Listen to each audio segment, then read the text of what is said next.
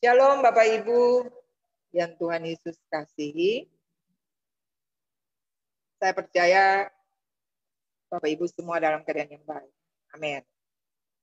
Nah, tema kita di malam hari ini tentang mujizat penuaian. Kalau kita berbicara tentang penuaian,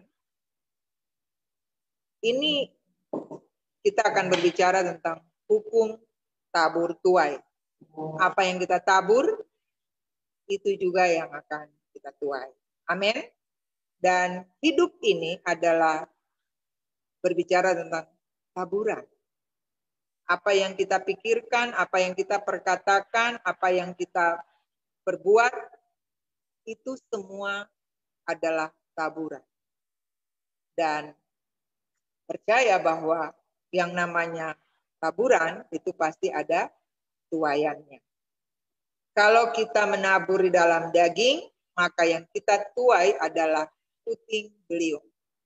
Tapi kalau kita menabur di dalam roh, maka kita akan menuai hidup yang kekal.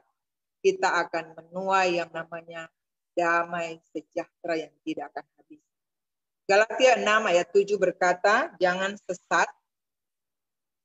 Coba kita lihat ayat ini. Jangan sesat. Tuhan tidak membiarkan dirinya dipermainkan. Karena apa yang ditabur orang, itu juga yang akan dituai. Amin. Jadi pastikan bahwa Bapak, Ibu, Saudara, dan saya adalah orang-orang yang menabur hal-hal yang positif, hal-hal yang benar, sehingga kita pun akan menuai hal-hal yang benar dalam hidup. Amin. Yang berikut kalau kita bicara tentang penuaian, maka ini adalah sebuah perintah Tuhan. Sebuah agenda Tuhan, sebuah amanat agung bagi saudara dan saya yang sudah percaya, bahkan kita yang mengikuti. Ini amanat agung Bapak Ibu. Matius 28 berkata, pergi jadikan sekalian bangsa muridku, ajar mereka, baptis mereka. Dan ketahuilah bahwa aku menyertai kamu sampai kesudahan alam. Jadi janji penyertaan Tuhan sampai akhir zaman itu justru terjadi ketika saudara dan saya pergi untuk melakukan perintah ini. Katakan amin. Nah, Bapak, Ibu, Saudara, Tuhan Yesus begitu mengasihi dunia, termasuk saudara dan saya, makanya dia sampai mati di kayu salib. Dan dia memberikan satu teladan bahwa dia mati karena dia mengasihi dunia ini. Dia mengasihi saudara dan saya. Kita semua tahu bahwa ketika malaikat berbuat kesalahan, Tuhan buang dia ke bumi. Benar nggak? Dia ditendang ke bumi.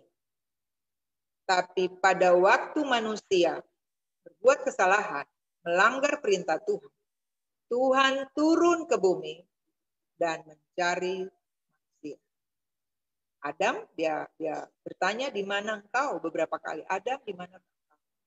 Apakah Tuhan tidak tahu Adam ada di mana? Tapi dia pengen tahu ada satu pengakuan, ada satu posisi di mana Adam berada. Dan dia mengakui bahwa dia telah melakukan pelanggaran.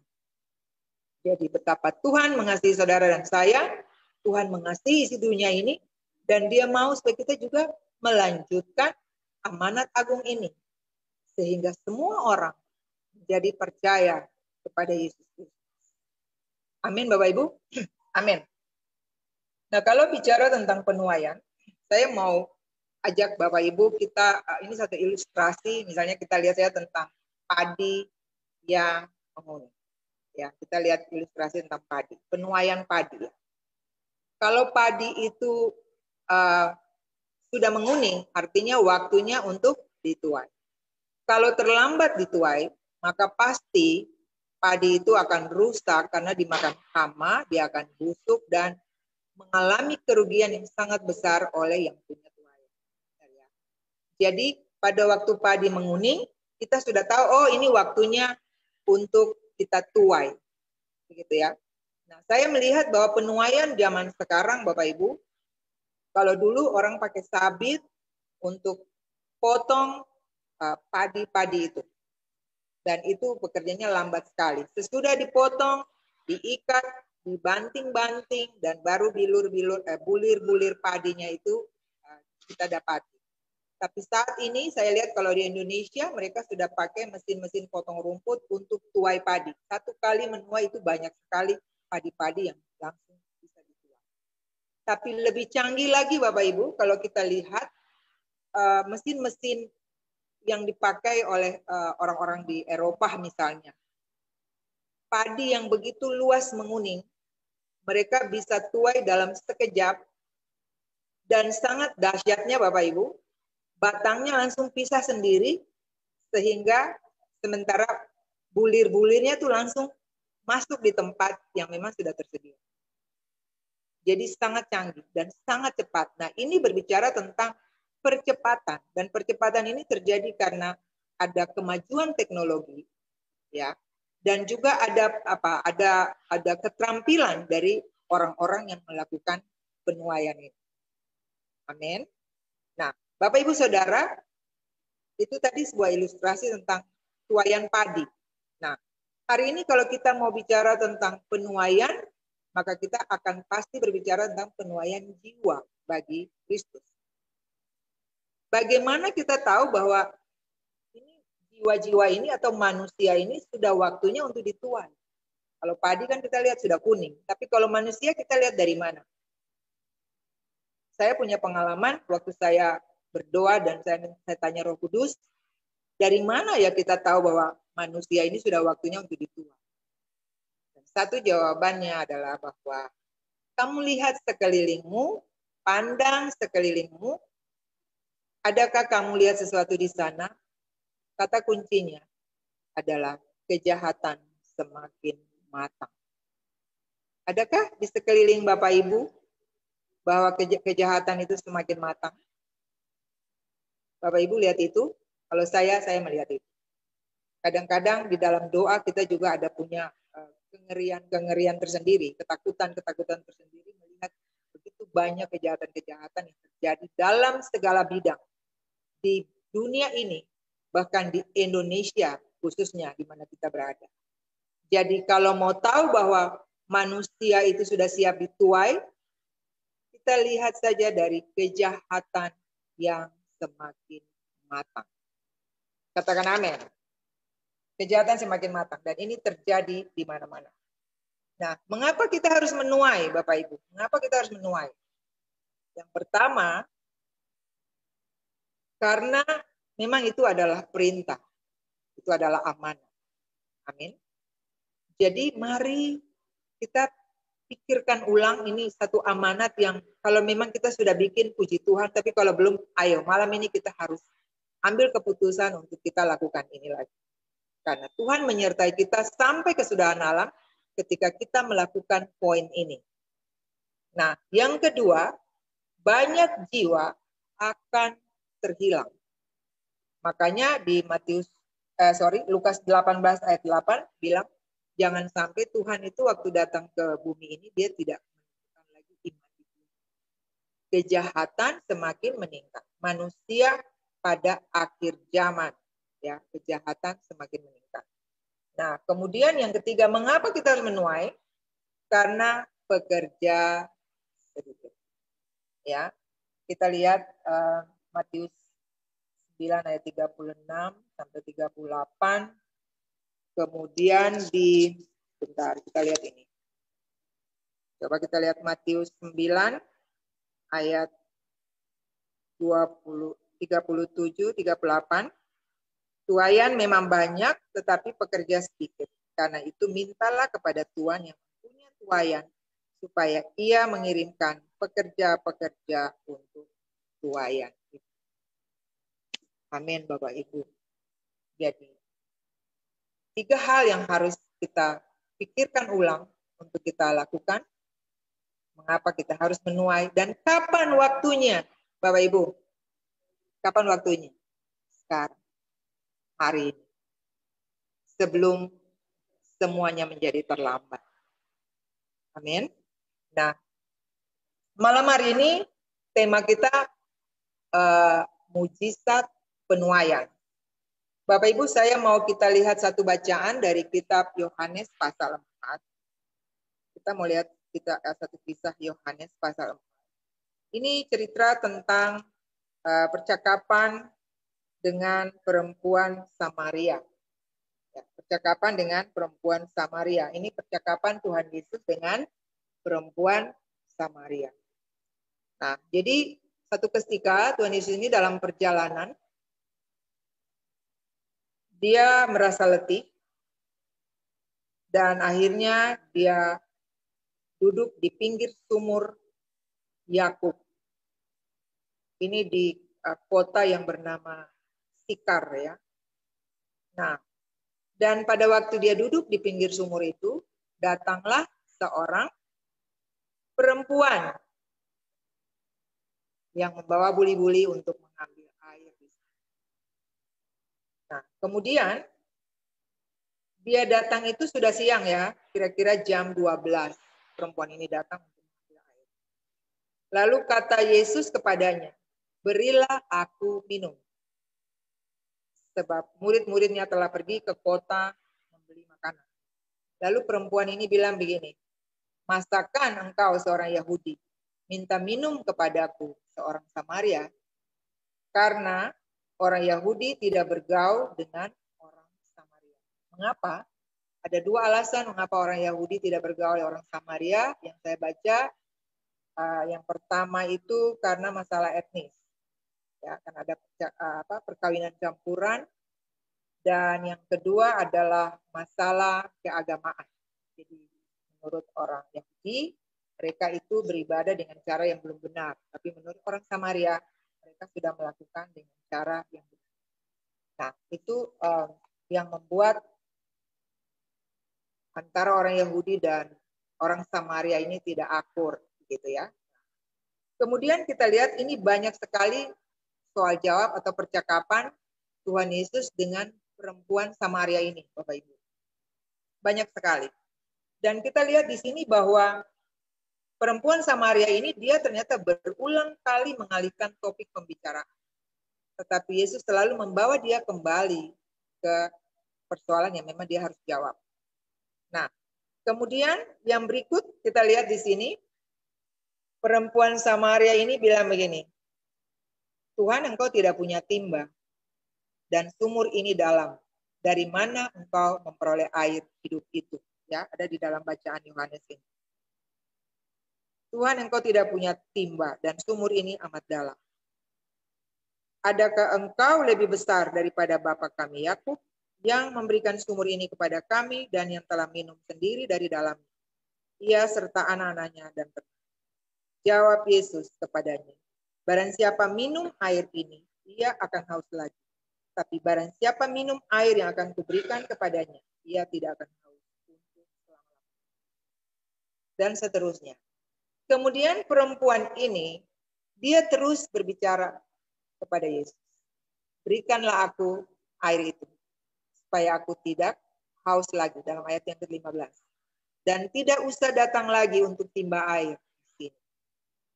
Lalu Yesus bilang begini, pergi, panggillah suamimu dan datang ke sini. Bapak Ibu, apa yang dijawab oleh perempuan ini? Aku tidak mempunyai suami. Dan Yesus bilang, benar, tepat katamu itu. Karena engkau sudah punya 5 suami. Dan yang ada sekarang itu yang ke-6. Bukan suamimu. Dalam hal ini, kamu benar. Bapak Ibu, mujizat pertama yang terjadi dalam penuaian adalah ketika bertemu Tuhan, ada sesuatu yang berubah dari perempuan Samaria ini.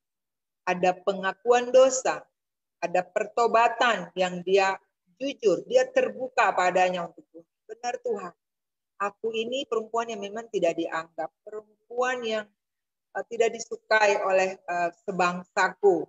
Aku perempuan, kata kasarnya, aku perempuan yang gak benar, aku perempuan sundal, dan seterusnya. Ya. Tapi saudara lihat ini, Yesus datang untuk dia. Dan luar biasanya, di jam 12 siang, Kenapa? Karena memang jam itu orang tidak ada yang datang ke sumur. Dia datang karena sebenarnya dia ingin diam-diam untuk ambil air di sana. Tapi hebatnya Tuhan kita, dia tahu persoalan dari perempuan ini. Bahwa di balik kehidupannya ada sesuatu yang akan terjadi. Keren banget Bapak Ibu. Dan hari itu dia bertemu dengan Tuhan. Ada pengakuan, ada pertobatan yang dia lakukan terhadap Tuhan. Amin Bapak Ibu. Kemudian masih terus ada percakapan di dalam ayat 20 kita bisa lihat bagaimana perempuan ini masih bicara tentang penyembahan yang dilakukan oleh nenek moyang mereka. Di dalam ayat 23, ayat 24 ya, kita lihat kata Yesus, percayalah kepadaku, hai perempuan, bahwa saatnya akan datang dan sudah tiba sekarang, bahwa penyembah-penyembah benar akan menyembah Bapa dalam roh dan kebenaran. Sebab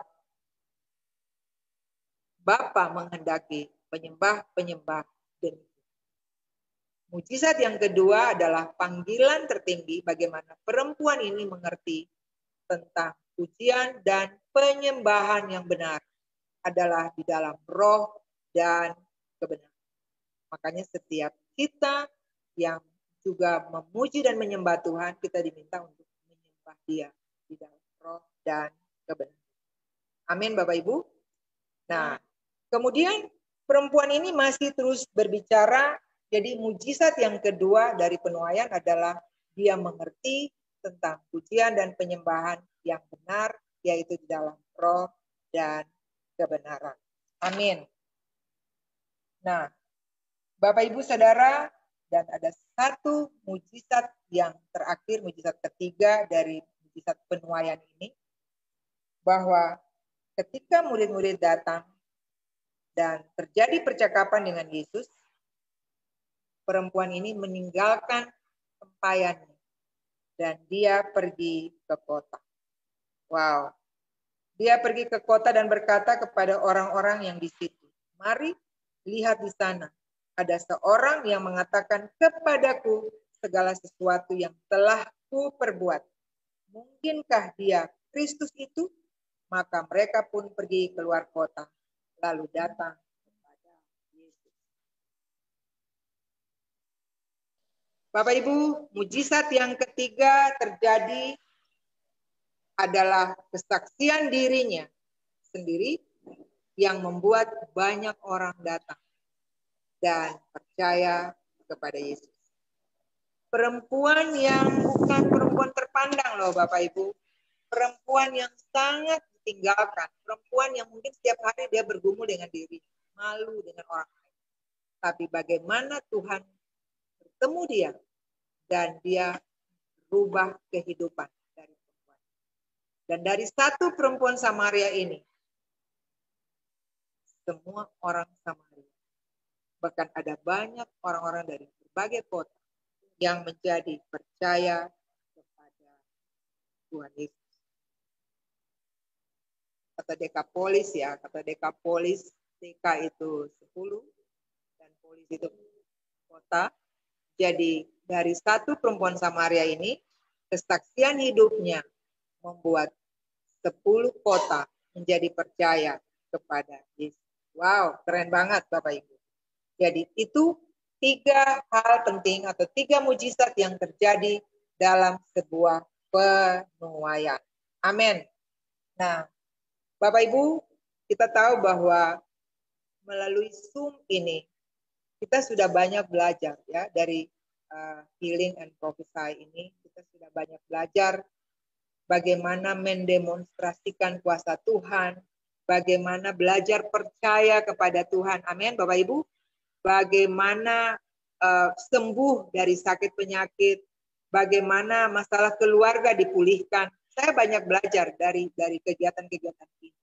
Dan memang ibadah itu mengandung janji ya Bapak Ibu. Baik untuk waktu sekarang maupun waktu yang akan datang.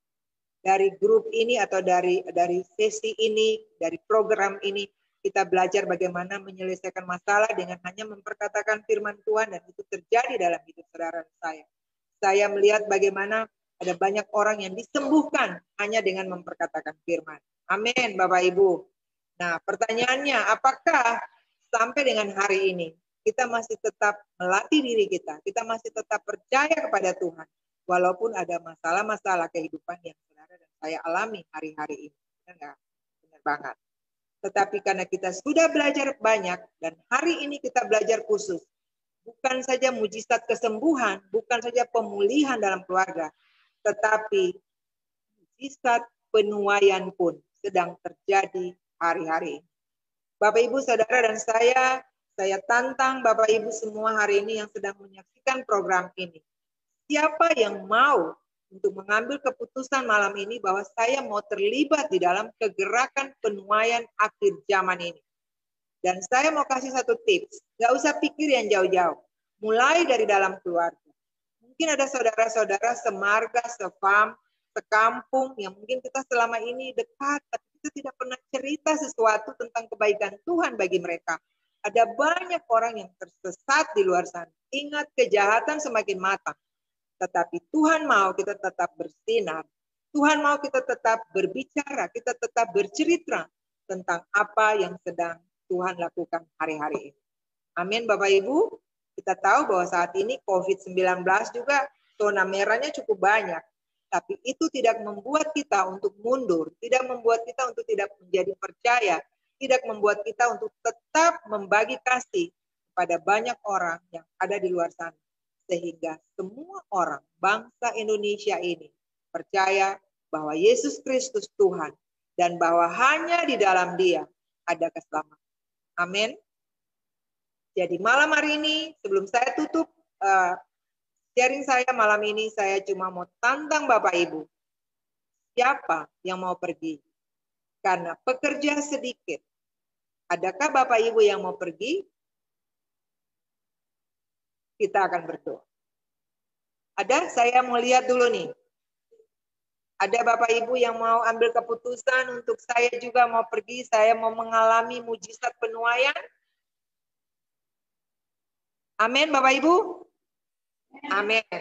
Saya percaya Bapak Ibu juga akan mengalami bukan saja mujizat kesembuhan secara fisik, tapi juga penyembuhan secara spiritual. Kita semakin hari semakin diberkati karena kita memberkati banyak